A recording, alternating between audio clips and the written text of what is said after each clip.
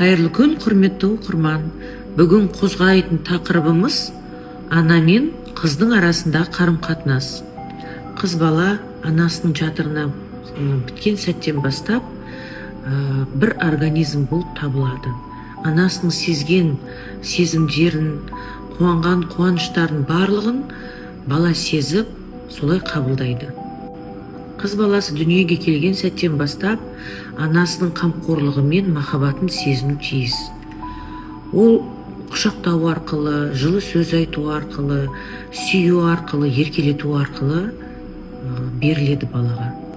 Махаббатқа қанған, махаббатқа толған және толық сезінген қыз баласы өмірге құштар, өз-өзіне сенімді, айналасымен қарым-қатынасты дұрыс қалыптастыра алатын толыққанды тұлға болып қалыптасады.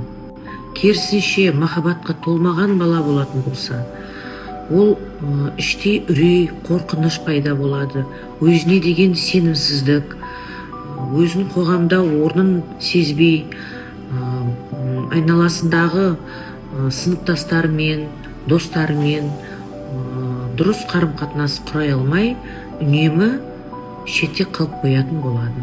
Қызыңыздың жасы 10-ға келер, мүмкін 20-да болар, мейлі 30, 40, 50-ге келер. Бірақ әр қыз үшін анасының орны бөлек. Анасының берген жылулығы, махаббаты, мақтаулары, құшақтаулары қыз баласына үлкен ішкі сезім, өзіне деген сенім, өмірге деген құштарлықты оятады.